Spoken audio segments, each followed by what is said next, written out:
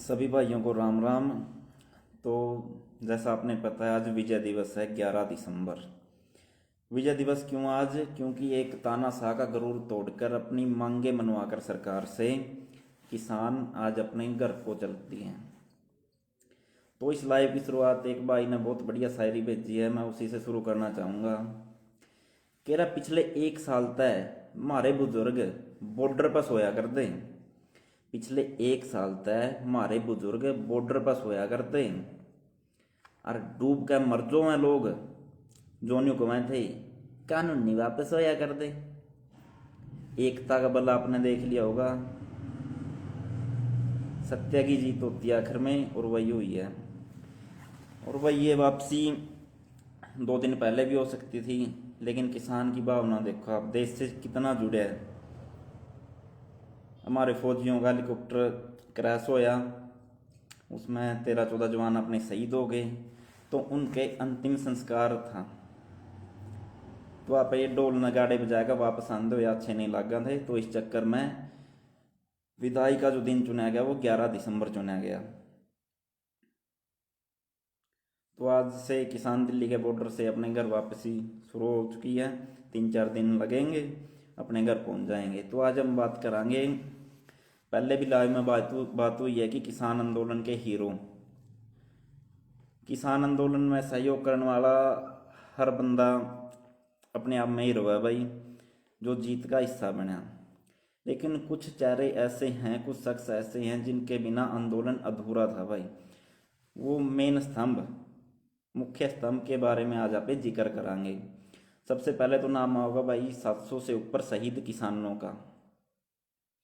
अपने जीवन से ज़्यादा बलिदान तो कुछ है ही नहीं। उन्होंने जो भी बलिदान दिया है आंदोलन के लिए दिया है भाई, उनकी किसान कौम हमेशा ऋणी रहेगी। सभी आंदोलनकारी किसानों के ऊपर वो एक कर्ज कर गए हैं, उनका कर्जा आप कभी नहीं उतार सकते।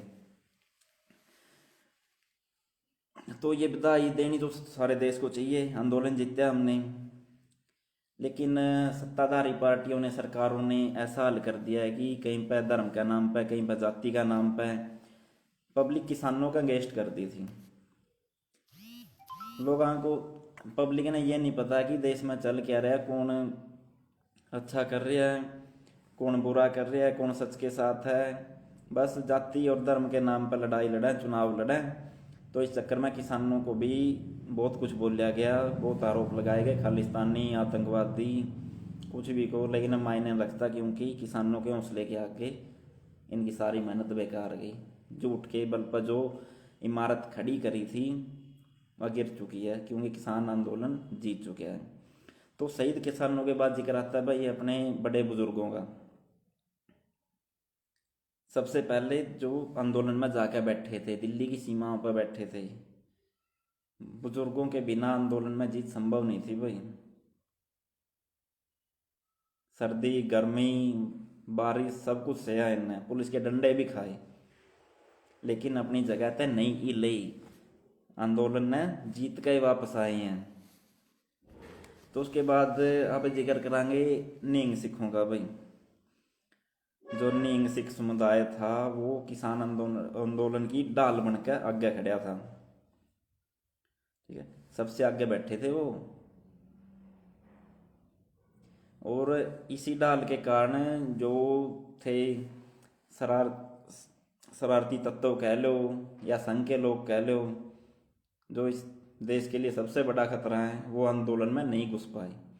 कोई भी गलत हरकत आंदोलन में नहीं हुई, तो उसका सबसे बड़ा योगदान है नींग सिखों का, जो ढाल बन के बैठे रहे किसानों की बॉर्डर पर। जमीन नहीं है भाई उनके पास, लड़े किसके लिए? बस सच के लिए, सच्चाई के लिए खड़े थे वो किसानों के साथ। तो आप तीसरा पे जिक्र कराएंगे भाई खाप पंचायतों का, जिसने आंदोलन में नई जान फूंक दी। किसान नेता तो है ही, चौधरी राकेश टिकैत, गुरनाम सिंह चढ़ूनी, राज्यपाल, पंजाब की जत्थेबंदियाँ, उगराहा ग्रुप, इनने बहुत अच्छा काम कराया। लेकिन जब 26 जनवरी कांड सरकार ने जो करवाया, किसानों की बदनामी कराई, उसके बाद से आंदोलन जो उठा, वो खाप पंचायतों ने आंदोलन को दोबारा जीवित कर दिया था। एक टाइम पर लगा कि आंदोलन कमज़ोर होगा, लेकिन जो खा पंचायतें हुई, महापंचायतें हुई, कहीं भी हुई हो, मुजफ्फरनगर, मेरठ या खटकड़, कंडेला, ठीक है, कंडेला गांव का बहुत बड़ा योगदान है। तो इसने उन्होंने आंदोलन को दोबारा जीवित कर दिया और आंदोलन को कामयाब बनाने में बहुत बड़ा योगदान है भाई। और रही बात राजनीति में जुड़े लोगों की, तो बात करा हम, जैसे सत्यपाल मलिक, आदरणीय सत्यपाल मलिक गवर्नर रहते हुए, मेघालय गवर्नर थे वो, लेकिन किसानों के बारे में आवाज़ उठाते रहे। सरकार का हिस्सा होकर भी वो सरकार के खिलाफ बोल रहे। उनने अपने पद तक कोई लगाव नहीं था। वो कहते रहे कि इस्तीफा देना होगा, मैं 1 मिनट में दे दूंगा, लेकिन अपने लोगों के लिए बोलना, सच के लिए बोलना नहीं छोड़ा उन्होंने, और आगे बोलते रहेंगे। उन्होंने कहा है कि अगर अपने लोगों के साथ खड़ा होने के लिए पद का त्याग करना पड़े तो मैं कर दूंगा, लेकिन खड़ा रहूँगा सच के साथ। और दूसरे थे स्वर्गीय चौधरी अजीत सिंह, जो अब इस दुनिया में नहीं है, लेकिन जब 28 जनवरी को सरकार ने औचित्य करने की कोशिश की, बल लगाकर आंदोलन को ख़त्म करने की, गाजीपुर बॉर्डर पर जो पहुँचे थे, उस टाइम राकेश टिकैत को अजीत सिंह का फ़ोन आया था कि भाई टेंशन ना ले, हम सारे साथ हैं, इतना ही हौसला बहुत हो जाए भाई। कभी राकेश टिकैत जी ने उनका विरोध कराया था इलेक्शन में, उनके खिलाफ वोट गिरवाए थे, लेकिन उनका फ़ोन आया और पब्लिक यूपी से चलनी शुरू हुई गाजीपुर बॉर्डर की तरफ। तो उस टाइम जो स्टैंड लिया गया वो चौधरी अजीत सिंह की बदौलत था कि हम सब साथ हैं। और उन्होंने ट्वीट कराया था कि अगर दिल्ली में टिकैत के साथ कुछ भी होया तो आपसे यूपी नहीं स्मैला जाएगा। तो उनका बहुत बड़ा योगदान है। तो मैं बात करूँगा तीसरा जो भाई स्तंभ कहते हैं, सच्चा मीडिया। सच्चा मीडिया की ना, गोदी मीडिया की बात नहीं कर रहा मैं, जो ये थे छोटे यूट्यूब चैनल थे, इन्होंने आंदोलन की सच्चाई को पब्लिक के सामने ले आई है। छोटे यूट्यूब चैनल लगा लो या न्यूज़ 24 चैनल ने बहुत बढ़िया काम करा है। संदीप चौधरी, अजीत उंजम, रवीश कुमार, एक जो साक्षी जोशी, बहुत अच्छा काम कराया। उन्हें आंदोलन की सही कवरेज लोगों तक पहुंचाई है। गोदी मीडिया ने बहुत प्रयास कराया, जैसे आर भारत, जी हिंदुस्तान, सारे चैनल थे, बिकाऊ चैनल थे, इन्होंने किसानों को बदनाम कराया और कुछ नहीं कराया इन्हें। ठीक है, सरकार के खिलाफ बोलने का इनमें दम नहीं है, लेकिन किसानों को इन्हें खूब बदनाम कराया। छाती पीट पीट का जितना रोला पा सकते थे इन्हें पाया। लेकिन सच्चा मीडिया के सामने ये किसानों की अकेले की जीत नहीं है, ये सच्चे मीडिया की भी जीत है। गोदी मीडिया के ऊपर उन्होंने विजय प्राप्त करी है। पैसे तो, और पैसों की जरूरत हर किसी को होती है, बिकने को तो ये बिक सकते थे। संदीप चौधरी, रवीश कुमार, अजीत अंजम, साक्षी जोशी या छोटा मीडिया, सरकार सब ने खरीद सका थी, लेकिन इनका ज़मीर जिंदा था।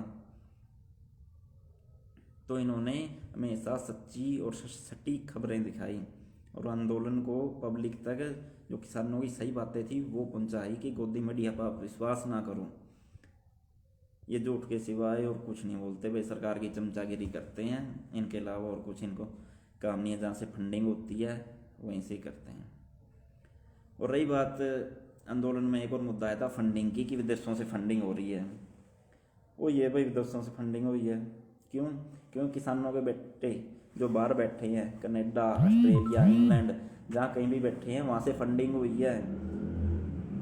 जिनका बाप दिल्ली बॉर्डर पर बैठा है और वो विदेशों में है, अगर उसने कंबल पहुँचा दिए तो क्या गलत कर दिया भाई? कह रहे हैं विदेशी फंडिंग हुई है, ये हुई है। खालसा एड है, सारी दुनिया में कहीं भी भूकंप, सुनामी, कहीं भी आओ, मदद करने के लिए सबसे पहले पहुंच जाता है। लेकिन सरकार ने क्या करवाया? ने कहा ये चून आटा कहाँ से लाते हैं, उसकी भी सीबीआई जांच करवा दी। पुलवामा में लेकिन सीबीआई जांच करवाई भाई आपने। किसी गोदी मीडिया में ये पूछने का दम नहीं है कि पुलवामा हमले की आपने सीबीआई जांच या कोई भी जांच क्यों नहीं करवाई, और किसानों के आटे की जांच करवा रहे कि आटा कहाँ से आ रहा है, ये आ रहा है, वो आ रहा है, विदेशी फंडिंग चल रही है। हाँ भाई, हुई है, फंडिंग हुई है। किसानों के बेटे ने अपने पैसे भेजे हैं अपने बाप दादाओं के लिए, अपने हकों के लिए, देश छोड़ा है, लेकिन दिल में किसानी है उनका।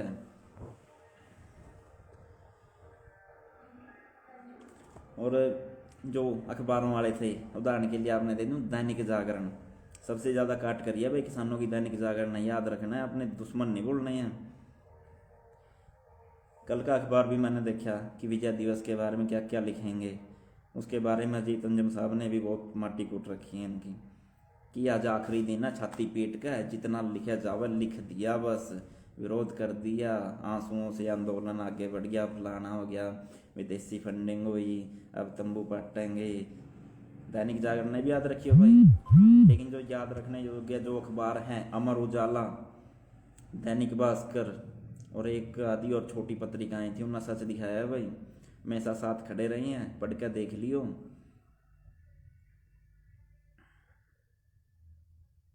तो ये थी कि आंदोलन सच्चा मीडिया और गोदी मीडिया के बीच भी था, टकराव था इनके बीच, लेकिन जीत किसकी हुई? सच्चे पत्रकारों की हुई। गोदी मीडिया छाती पीटता रह गया, अपने आंखों को दिखाएंगे वो तो ये कर दिया वो कर दिया, कानून ले आए तो भी मास्टर स्ट्रोक था, वापस हुए तो भी मास्टर स्ट्रोक है, क्या कहने इनके। और भाई कुछ नहीं भूलना है तो मंत्रियों के बयान, फलाना मंत्री ने, कृषि मंत्री ने, राज्य मंत्री ने, गृह राज्य मंत्री ने, गृह मंत्री ने, वित्त मंत्री ने क्या क्या बयान दिए किसानों के बारे में। किसी ने मवाली बोलिया, गुंडे बोलिया, खालिस्तानी बैठे हैं तो इनके चीन से संबंध है, पाकिस्तान का सहारा मिल रहा, कनेडा का फंडिंग है, फलाना इंटरनेशनल सेलिब्रिटी ने ट्वीट कर दिया इनके बारे में।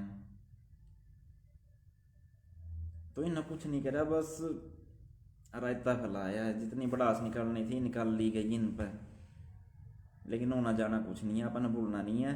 जो चीज़ अपने खिलाफ थी, कोई भी अखबार हो, मीडिया हो, लोग हो, चाहे अपना कोई पर्सनल दोस्त भी हो, बाइकआउट करना है उसका। जो किसान का नहीं वो किसी काम का नहीं है।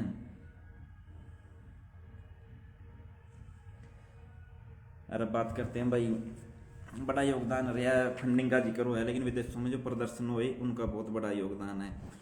इसने आंदोलन को अंतर्राष्ट्रीय रूप दिया, कनाडा में, ऑस्ट्रेलिया में जो किसानों के बच्चे ने विरोध प्रदर्शन करे, रैलियां निकाल ली हैं, उनका भी आंदोलन में बहुत बड़ा योगदान है। तो ये दिखावा है कि ये शो करता है कि बेशक उन्होंने देश छोड़ दिया, लेकिन जज्बात वही हैं, मिट्टी में पैदा होकर मिट्टी का जुड़ाव भी उनका वैसा ही है, और होना भी चाहिए। बंदा कितना ही ऊपर पहुंच जाओ, अपने पैर नहीं भूलने चाहिए उन्हें कि कहाँ से उठा है। अगर बंदा जीरो स्टेज से उठा है तो उसको भूलना नहीं चाहिए। और अब बात आती है जो अपना अपना हिंदुत्व का झंडा लेकर फिर रहे हैं, आरएसएस, अंधभक्त हिंदूवादी। तो आपने बताऊँ भाई, जब विदेशी आक्रमण हुए करते तो हिंदू धर्म बचाया किसने? किसान नहीं लड़े होंगे, क्षत्रिय यहीं थे, इन्होंने हिंदू धर्म की रक्षा करी है, सिखों ने भी करी है। बाबा तेग बहादुर शहीद हो गया था, गुरु तेग बहादुर, किसके लिए? हिंदू धर्म के लिए। हिंद की चादर बोला जाता है उसको। तब मैं शर्म नहीं आई सिखा ने आतंकवादी कहते हुए, खालिस्तानी कहते हुए। औरंगजेब के साथ सीधा टकराव कराया था गुरु तेग बहादुर ने कि अगर तूने मुझे मुस्लिम बना दिया नहीं तो सारा देश मुस्लिम बन जाएगा, अगर मैं मुसलमान नहीं बना तो तू किसी ने ज़बरदस्ती मुसलमान नहीं बनावागा। तो अगर आज भारत में हिंदू का वजूद है तो गुरु तेग बहादुर की वजह से है। हम भी हिंदू हैं, हिंदू धर्म का बारे में आपसे भी ज़्यादा पता होगा हमने, लेकिन जो झूठे हिंदूवादी बने फिर रहे हैं नहीं, ये बस हिंदुत्व को बदनाम कर रहे हैं, बुरी बुरी कुरीतियाँ चलाकर, ये चलाकर। ठीक है, तो अपने घरों में रह करो, ज़्यादा वो बनने की लोड नहीं है। अब आंदोलन ख़त्म हो गया है, अब संभार भी दिए जाओगे, जब तो आंदोलन की शर्म थी। नहीं तो किसान वो कौम है जो दुश्मन के दरवाजे तक पड़ ले आएगा, लाल किला का गेट आज तक भी भरतपुर में लाएगा रहा।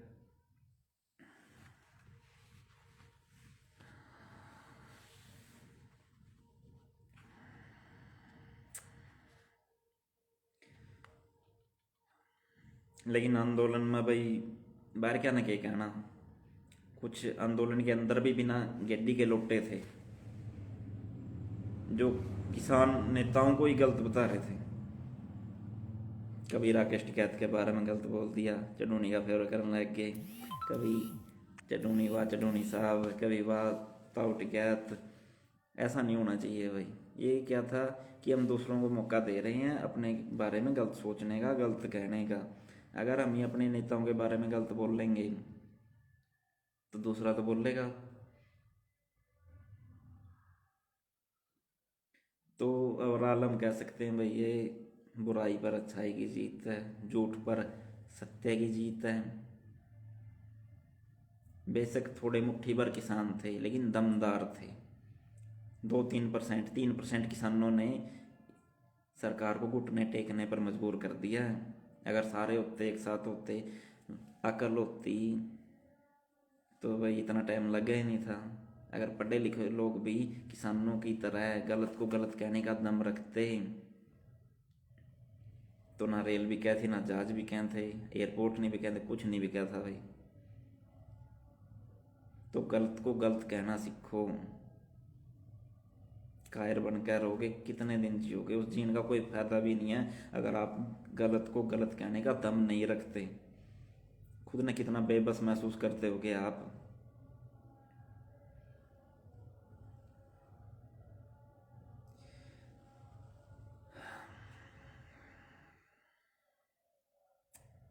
तो भाई मुट्ठी भर किसानों को, 2-3% किसानों को जो भी आंदोलन जीत का है, सबको बधाई हो। आगे भी यही संगठन बनाए रहना है, एक साथ एकजुट होकर रहना है। हरियाणा, पंजाब, पश्चिमी यूपी, राजस्थान, ये भाईचारा टूटना नहीं चाहिए, आगे भी कायम होगा। तानाशाही सरकार के खिलाफ आपने जो लड़ाई लड़ी है वो इतिहास में दर्ज हो चुकी है। कभी भी दुनिया में किसी भी आंदोलन का जिक्र करा जाओगा ना, तो किसान आंदोलन टॉप पर होगा। सबसे पहले जिक्र किसान आंदोलन का होगा कि सदियों पहले, 200-300 साल कभी भी लगा लो आप, ये आंदोलन भूल जाओगा। बाकी फिर भी हर एक बंदा का धन्यवाद, जिसने जो भी सहयोग करा, जिससे जितना होया, सबका धन्यवाद। जय जवान जय किसान, किसान एकता जिंदाबाद।